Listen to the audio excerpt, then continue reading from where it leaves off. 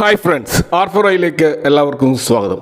ഇന്നത്തെ അപ്രതീക്ഷിതമായിട്ടുള്ള stock market holiday അത് മുൻകൂട്ടി അനൗൺസ് ചെയ്ത ഒരു ഹോളിഡേ ആയിരുന്നില്ല. ഇന്ത്യയിലെ രണ്ട് മേജർ എക്സ്ചേഞ്ചുകളായിട്ടുള്ള ബോംബെ സ്റ്റോക്ക് എക്സ്ചേഞ്ചും നാഷണൽ സ്റ്റോക്ക് എക്സ്ചേഞ്ചും നിലകൊള്ളുന്നതും മഹാരാഷ്ട്രയിലെ മുംബൈയിലാണെന്ന് നമുക്കറിയാം. അപ്പോൾ മുനിസിപ്പൽ കോർപ്പറേഷൻ ഇലക്ഷനുമായി ബന്ധപ്പെട്ട് മഹാരാഷ്ട്ര ഹോളിഡേ പ്രഖ്യാപിച്ചതിനാൽ സ്റ്റോക്ക് മാർക്കറ്റും ഹോളിഡേ പ്രഖ്യാപിക്കാനുണ്ടായത്. ആദ്യം എക്സ്ചേഞ്ചുകളൊക്കെ അറിയിച്ചത് ട്രേഡിംഗ് എന്തായാലും ഉണ്ടാവുമെന്നും സെറ്റിൽമെന്റ് ഓപ്പറേഷൻസ് മാത്രമേ സസ്പെൻഡ് ചെയ്യുകയുള്ളൂ എന്ന് മാത്രമായിരുന്നു മുമ്പ് അറിയിച്ചിരുന്നത്. എന്നാൽ അതിൽ നിന്ന് വ്യത്യസ്തമായി അവർ ഒരു സർക്കുലർ റിവൈസ് ചെയ്യുകയും ജനുവരി 15 ഒരു ഫുൾ ട്രേഡിംഗ് ഹോളിഡേ ആയിട്ട് പ്രഖ്യാപിക്കുകയുമാണ് ഉണ്ടായത്. പ്രീ പ്ലാൻഡ് അല്ലാത്ത ഇത്തരം അൺഎക്സ്പെക്റ്റഡ് ചേഞ്ചസിനെ കുറിച്ച് സെറോദയുടെ CEO ആയിട്ടുള്ള നിതിൻ കാമത്തിനെ പോലെയുള്ള പ്രമുഖ വ്യക്തികളൊക്കെ ഇതിനെ വിമർശിച്ചതായിട്ട് നമുക്ക് കാണാൻ കഴിയും. അപ്പോൾ ഇത് തീർച്ചയായിട്ടും മാർക്കറ്റ് പാർട്ടിസിപ്പൻസ് കമ്പനികളെ സംബന്ധിച്ചിടത്തോളം ബുദ്ധിമുട്ടുണ്ടാക്കിയിട്ടുള്ള ഒരു കാര്യമാണ്. ഇപ്പോൾ നമുക്ക് കാണാൻ കഴിയും ഭാരത് കോക്കിംഗ് കോളിൻ്റെ IPO ജനുവരി 15 ലിസ്റ്റ് ചെയ്യേണ്ട ഒരു IPO ആയിരുന്നു. എന്നാൽ അതിപ്പോൾ 19-ാം തീയതിയിലേക്ക് മാറ്റിവെച്ചിരിക്കുകയാണ്. ഇപ്പോൾ ഭാരത് കോക്കിംഗ് കോളിൻ്റെ IPOക്ക് വളരെ നല്ല റെസ്പോൺസ് വന്നിരിക്കുന്ന ഒരു സമയമായിരുന്നു. ഇപ്പോൾ ഗ്രേ മാർക്കറ്റ് പ്രീമിയം വെച്ച് നോക്കുമ്പോൾ 61% ഒരു വമ്പിച്ച ഒരു ലിസ്റ്റിംഗ് ഗെയിൻ സാധ്യതയാണ് ഈ ഒരു IPOയിൽ നമ്മളിപ്പോൾ കാണുന്നത്. അപ്പോൾ സ്വാഭാവികമായിട്ട് ഇത് പോസ്റ്റ്പോൺ ചെയ്യുമ്പോൾ ഇനിയും 2 ദിവസങ്ങളോളം ഇതിലുണ്ടാകാൻ പോകുന്ന വോളറ്റിലിറ്റി എത്രമാത്രമാണ് എന്ന് നമുക്ക് ഊഹിക്കാൻ കഴിയില്ല.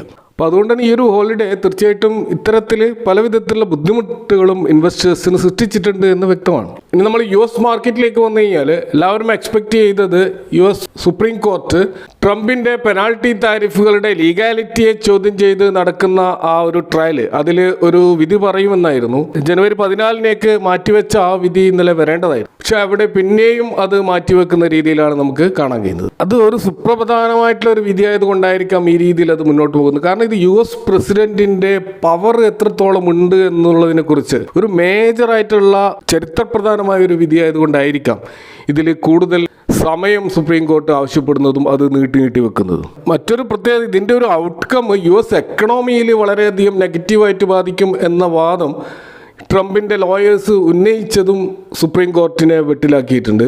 ഇപ്പോൾ ഏതായാലും സുപ്രീം കോർട്ടിൻ്റെ ഈ ഒരു സുപ്രധാന വിധി ഇപ്പോൾ തീർച്ചയായിട്ടും ഇത് അക്രോസ് ദ വേൾഡ് ഉറ്റുനോക്കുന്ന ഒരു സംഭവമായിട്ട് നമുക്ക് കാണാൻ പറ്റും. പ്രത്യേകിച്ച് ട്രേഡ് വാർ സൃഷ്ടിച്ചിട്ടുള്ള അനിശ്ചിതത്വം തുടരുന്നതിനിടയിൽ ഇതിൻ്റെ ഒരു വിധി വളരെ പ്രധാനമാണ്. ഇന്നലെ നമുക്ക് US മാർക്കറ്റിൽ കാണാൻ കഴിയും നാസ്ഡാക്ക് ഏകദേശം 1% കൂടുതലുള്ള ഒരു ഫോള് നടക്കുകയുണ്ടായി. അതിൻ്റെ പ്രധാനപ്പെട്ട കാരണം NVIDIA സ്റ്റോക്കിലുണ്ടായ ഫോളാണ്. അപ്പോൾ NVIDIAയുടെ ഒരു AI ചിപ്പായിട്ടുള്ള H200 അത് ചൈനയിലേക്ക് കയറ്റുമതി ചെയ്യുന്നതിന് അമേരിക്ക ഓൾറെഡി അപ്രൂവൽ നൽകിയതാണ്. അപ്പോൾ ഈ NVIDIAയുടെ ഈ ഒരു H200 എന്ന് പറയുന്നത് സെക്കൻഡ് മോസ്റ്റ് പവർഫുൾ AI ചിപ്പാണ്. അപ്പോൾ US ചൈന റിലേഷൻഷിപ്പിൽ ഒരു സുപ്രധാനമായിട്ടുള്ള ഒരു കാര്യമായിരുന്നു NVIDIAയുടെ ഈ ചിപ്പിൻ്റെ ചൈനയിലേക്കുള്ള എക്സ്പോർട്ട്. അപ്പോൾ അത് ചൈന അമേരിക്ക ബന്ധത്തിൽ പോസിറ്റീവായ ഒരു ഇമ്പാക്റ്റ് ഉണ്ടാക്കുമെന്ന് പൊതുവെ വിലയിരുത്തപ്പെട്ടിരുന്നു. എന്നാൽ തികച്ചും അപ്രതീക്ഷിതമായിട്ട് ചൈനീസ് ഗവൺമെൻറ് ഈ ഒരു ചിപ്പിന് താൽക്കാലികമായിട്ട് ബാൻ ചെയ്തിരിക്കുകയാണ്. അപ്പോൾ എന്തുകൊണ്ടാണ് ചൈന ഇത്തരം ഒരു ഡിസിഷൻ എടുക്കാൻ കാരണമെന്നതിനെക്കുറിച്ച് വ്യക്തമായിട്ട് ഒരു ക്ലാരിറ്റി ഇപ്പോൾ അവൈലബിൾ അല്ല. ഇപ്പോൾ പൊതുവെ പ്രതീക്ഷിക്കുന്നത് ഡൊമസ്റ്റിക് ചിപ്പ് കമ്പനികളെ സഹായിക്കാൻ വേണ്ടിയിട്ട് അല്ലെങ്കിൽ അവരുടെ ആ ഒരു ഡെവലപ്മെൻറ്റിനെ പ്രൊമോട്ട് ചെയ്യാൻ വേണ്ടി ഗവൺമെൻറ് എടുത്ത ഒരു സ്ട്രാറ്റജിക് ആയിട്ടുള്ള തീരുമാനമാണെന്ന് വിലയിരുത്തുന്നുണ്ട്. അതല്ലാതെ ഇതൊരു താൽക്കാലികമായ ഒരു ബാനാണെന്നും ഇത് പുനഃസ്ഥാപിക്കപ്പെടുമെന്നും പ്രതീക്ഷിക്കുന്നുണ്ട്. ഏതായാലും ഇതിൻ്റെ അടിസ്ഥാനത്തിൽ NVIDIAയിലുണ്ടായ ഫോള് അത് മൊത്തത്തിൽ US മാർക്കറ്റിൽ ഒരു നെഗറ്റീവ് സെൻറ്റിമെൻറ്റ്സ് ഇന്നലെ സൃഷ്ടിച്ചിരുന്നു. അത് നാസ്ഡാക്കിൽ 1% ഫോളിനും കാരണമായിരുന്നു. ഇത് നമ്മൾ ഇന്ത്യയുടെ ഫെബ്രുവരി 1 വരാൻ പോകുന്ന പ്രധാനപ്പെട്ട ഇവൻ്റായിട്ടുള്ള ബഡ്ജറ്റുമായി ബന്ധപ്പെട്ട് അതിൻ്റെ പല വിധത്തിലുള്ള എക്സ്പെക്റ്റേഷനും മാർക്കറ്റിൽ അവൈലബിൾ ആണ്. അപ്പോൾ ചില പ്രമുഖ അനലിസ്റ്റുകൾ പറയുന്നത് അവിടെ പോപ്പുലർ ആയിട്ടുള്ള സ്കീമുകളൊന്നും അനൗൺസ് ചെയ്യാൻ സാധ്യതയില്ല എന്നുള്ളതാണ്. പ്രത്യേകിച്ച് ഡയറക്റ്റ് ടാക്സ് ചേഞ്ചസ് തുടങ്ങിയ കാര്യങ്ങളെക്കുറിച്ച് ഗവൺമെൻറ് ഇപ്പോൾ ചിന്തിക്കുകയില്ലെന്നും ഗവൺമെൻറ് ഇപ്പോൾ ചിന്തിക്കാൻ സാധ്യതയുള്ളത് മീഡിയം ടേമിൽ നമ്മുടെ ഗ്രോത്തിൻ്റെ ആ ഒരു ക്രെഡിബിലിറ്റി വീണ്ടെടുക്കുക എന്നുള്ളതായിരിക്കുമെന്നാണ്. ഇപ്പോൾ ക്യാപിറ്റൽ എക്സ്പെൻഡിച്ചറിൻ്റെ കാര്യത്തിൽ 10.3% ഒരു ഇയർ ഓൺ ഇയർ റൈസ് ഉണ്ടാവുമെന്നാണ് പ്രതീക്ഷിക്കുന്നത്. അപ്പോൾ അത് നമ്മുടെ GDPയുടെ ഏകദേശം 3.1% ആണ്. ഇതിൻ്റെ ഒരു പ്രധാനപ്പെട്ട ബെനിഫിറ്റ് കിട്ടുന്ന ഒരു സെക്ടറായിട്ട് കാണുന്ന ഡിഫൻസും അതുമായി ബന്ധപ്പെട്ട ഇൻഡസ്ട്രീസും ഈ ഒരു കാപ്പെക്സ് പുഷിൻ്റെ ഒരു പ്രധാനപ്പെട്ട ഗുണഭോക്താവാകാനുള്ള സാധ്യതയാണുള്ളത്. കാരണം defence acquisition council already 790 billion റുപ്പിയുടെ ഒരു പ്രപ്പോസൽ മുന്നോട്ട് വെച്ചിരുന്നു. അത് ഏകദേശം ബഡ്ജറ്റഡ് ഡിഫൻസിൻ്റെ ഏകദേശം ഡബിൾ ആയിട്ടുള്ള ഒരു എമൗണ്ടാണ്. ഇതുകൂടാതെ ബജറ്റിൽ മറ്റ് ചില പോളിസി സപ്പോർട്ട് കിട്ടാൻ സാധ്യതയുള്ള സെക്ടറായിട്ട് കാണുന്ന ന്യൂക്ലിയർ എനർജി, അതുപോലെ ഇലക്ട്രോണിക്സ് മാനുഫാക്ചറിങ്, അതുപോലെ പവർ സെഗ്മെൻറ്റിലും ഫാർമസ്യൂട്ടിക്കൽ സെഗ്മെൻറ്റിലും ക്രിട്ടിക്കൽ മിനറൽസ് മേഖലയിലും ഒരു ഫോക്കസ് ഉണ്ടാകുമെന്നാണ് പ്രതീക്ഷിക്കുന്നത്.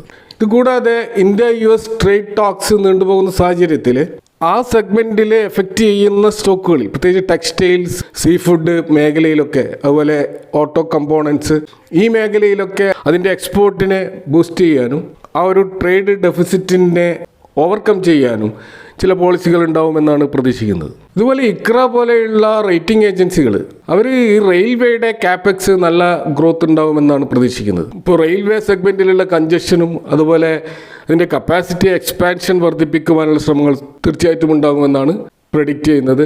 ട്രാക്ക് ഡബിളിങ്ങും ഗേജ് കൺവേർഷനും ഫ്രൈറ്റ് കോറിഡോറുമായി ബന്ധപ്പെട്ട ഒരു പ്രോഗ്രസ്സും ഒക്കെ ബജറ്റിൽ ഉൾക്കൊള്ളിക്കുമെന്നാണ് പ്രതീക്ഷിക്കുന്നത്. ഇപ്പോൾ FY 2024-25 അതുപോലെ FY 25-26 റെയിൽവേ കാപ്പെക്സിൽ ഗ്രോത്ത് ഉണ്ടായിരുന്നില്ല.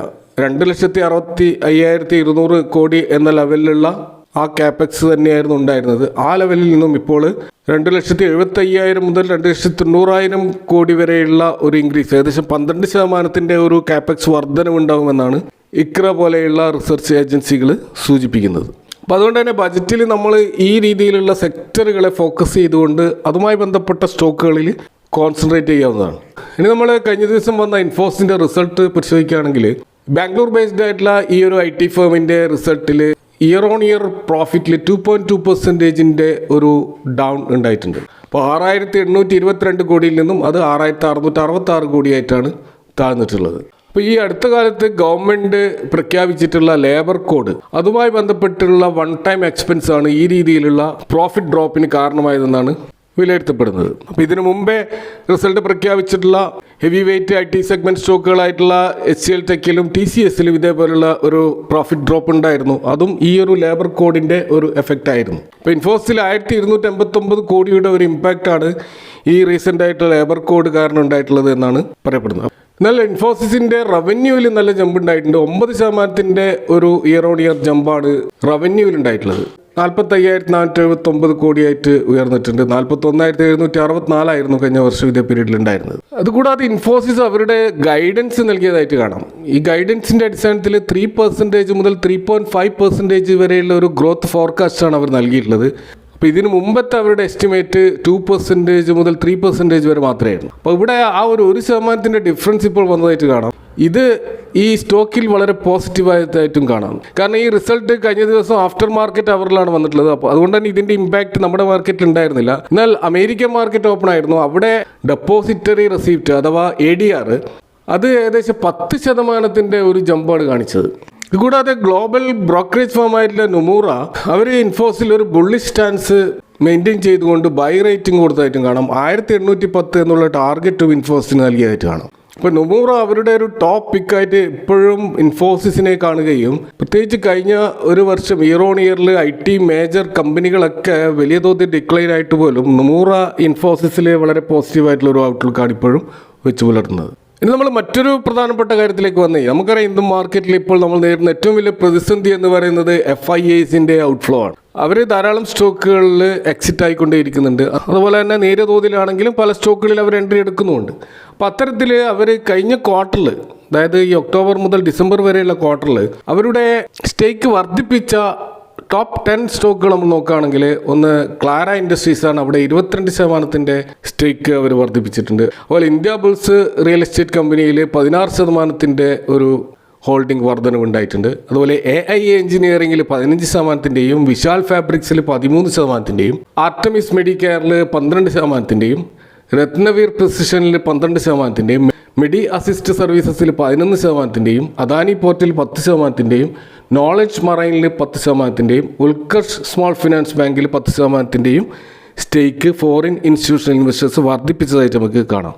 എന്നാൽ അവർ ചില പ്രധാനപ്പെട്ട സ്റ്റോക്കുകളിൽ അവരുടെ ഹോൾഡിംഗ് കുറച്ചതായിട്ടും കാണാം. ഇപ്പോൾ ഒന്ന് നമ്മൾ കാണുന്നത് ഫൈൻ ഓർഗാനിക്സിലാണ്. അതിൽ അവർ 4% സ്റ്റേക്ക് സെല്ല് ചെയ്തതായിട്ട് കാണാം.